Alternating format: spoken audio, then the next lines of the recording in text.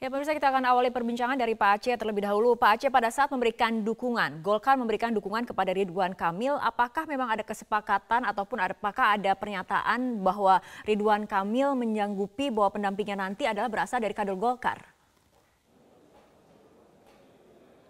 Iya, Mbak, selamat malam Mbak Fitri.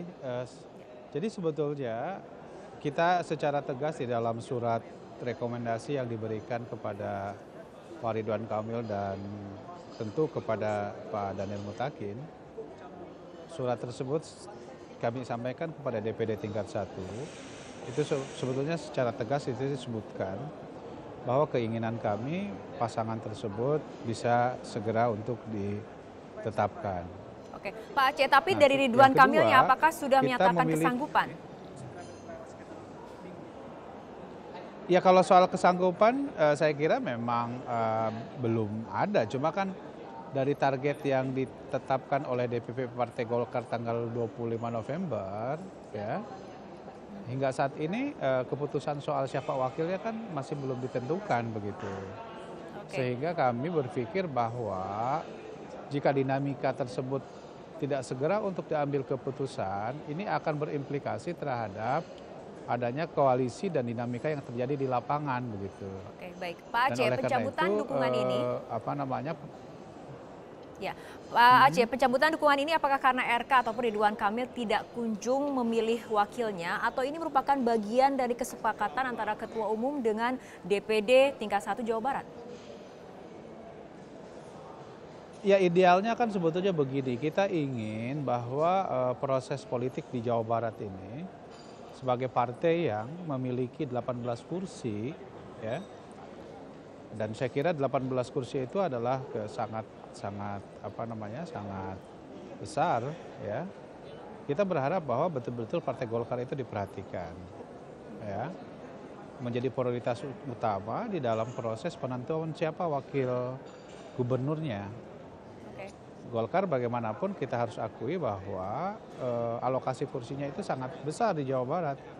Oleh karena itu mesti ada komunikasi politik secara intens terkait dengan langkah-langkah yang diambil untuk menentukan siapa calon wakil gubernurnya begitu. Oke, Dan Partai artinya Golkar sendiri kan secara tegas di dalam surat tersebut kami memang meminta tanggal 25 November. Tapi sekarang sudah tanggal 18 Desember, belum ada kepastian dan ada sinyal yang positif terkait dengan siapa calon wakil gubernur yang disepakati bersama itu gitu loh.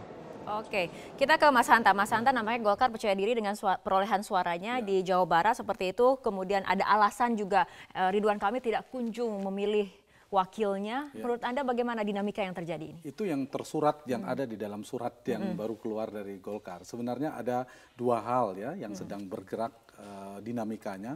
Satu sisi adalah ada peta kompetisi di Pilkada Jabar dan jangan lupa ini ada juga kompetisi yang sedang berlangsung di Golkar yang sedang akan melakukan munaslup.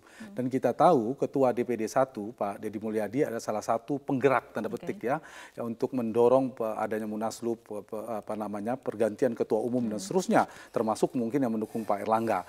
Jadi wajar kalau kemudian menjelang munaslup kalau dibaca dukungan itu punya dampak. Jadi tidak bisa kita membaca satu sisi ini sebagai koreksi karena Ridwan Kamil tidak kunjung menetapkan cawagupnya. Kalau itu alasannya menurut saya sudah sejak lama mestinya dan tidak ada angin ribut tiba-tiba. Tetapi ini yang sedang terjadi hari ini kalau saya membaca realitas politik itu salah satu ya posisi tawar.